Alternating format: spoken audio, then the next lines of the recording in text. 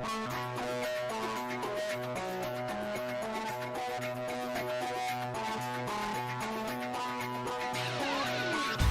we're up to race number 7 on the Perth Racing Preview. This is the Muros Handicap.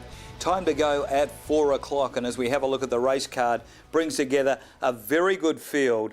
We see Jocham Stahl has been in wonderful form. He drops back from the 1600 to the 1400, but his last 3 runs in town have yielded 3 seconds. West River Charlie, will watch his run in replay, was a beauty. Also, we'll take a look at Mid-Time's last run and Oscar Wildly, and hear from Alana Sanson as well. Try a Tune, watch for his late finish in the replay of West River Charlie. Really good run. Triple D struggled since he's come across here from over east.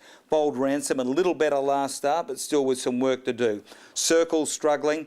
Dana Colada is a horse who normally produces first up, and I wouldn't be surprised if the money for the astute Graham Webster Senior Stable arrives on course on Saturday. Magic Biscuit, the blinkers go on for Jess Vallis, and down to the bottom there, Sir T Lad also has been out of the winners list for quite some time. But the first of the horses we look at replay now is this exciting type, West River Charlie. He resumed, and Dan Stake had the ride as he has on Saturday. He's 3 off the lead in the blue and gold colours, and his closing 50 metres is extra special. Tail ender at the 700 they go. Mari Park Special leading the way, coming along the side of the track, 3/4 of a length over Amber Ale, and then 2 lengths to the favourite West River Charlie, which has moved up 1 off the fence, third, and he's tracking the 2 leaders with 500 to go. 1.5 lengths to Motivator, back racing on the inside of Western Force. Then came the old fellow Emphasis, Bold Ransom, followed further back by Try a Tune, and a gap away then crossing Jordan, Diamonds and Chalk. They come to the 300 though, and Amber Ale levelled up with Mari Park Special to fight it out with West River Charlie. Motivator back near the inside, finding a bit of room, coming quickly as West River Charlie grabs the leaders. Motivator finishing full of running on the fence, but West River Charlie had grabbed the lead, and West River Charlie a little too good for Motivator. Amber Ale. Another promising horse that we'll take a look at in replay is Mid-Time. Sandra Beckett trains this galloper, races in those brown colours. Now, this was last Saturday, drew wide, had to go back in the race, won by 10 pin.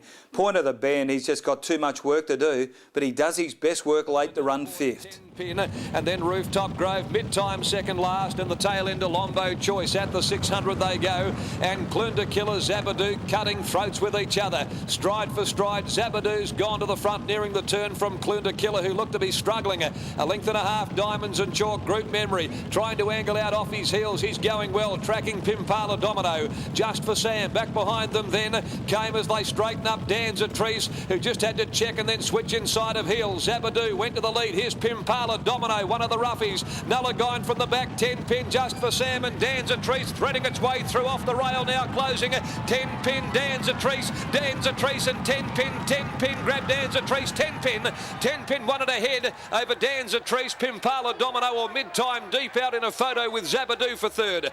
Now let's go back and have a look at the win here of Oscar Wildly. Vernon Brockman trains in those Brockman colours, the brown and white stripes. 3 back on the fence, has to push out, angle into the clear. Link Robinson took the ride on this occasion as Alana Sanson was on holidays. But she's ridden this horse in most of his races and most of his wins, but he was pretty impressive for Robbo here at its last start. He's forced to sit off the fence, Ezra, and he leads Surreal Kid with New Balance, just travelling behind them, a length off them third. King Bluey fourth, being followed by Clunky Hero. Deep out, G2Z Oscar Wildly is trapped behind them in some traffic, following Prince Cadad, and then Junko Winnan is following Prince Cadad through now as they set sail for home. Ezra and Surreal Kid are going stride for stride at the 200. On the inside, Surreal Kid comes back at Ezra, who's done all of the work. 2 lengths, Oscar Wildly into the open, running on well. So's Prince Cadad down the outside. Oscar Wildly, Prince Cadad, and now Arroyo Gold flying through on the inside, too late. And Oscar Wildly gets the prize. Oscar Wildly beat the fast finishing Arroyo Gold or Prince Cadad. Well, Wes Cameron had the pleasant job of catching up with Alana Sanson at the Belmont Midweeks on Wednesday. Alana, I know Oscar Wildly's been one of your favourites for some time. Good to see him finally break through last time out at the Midweeks.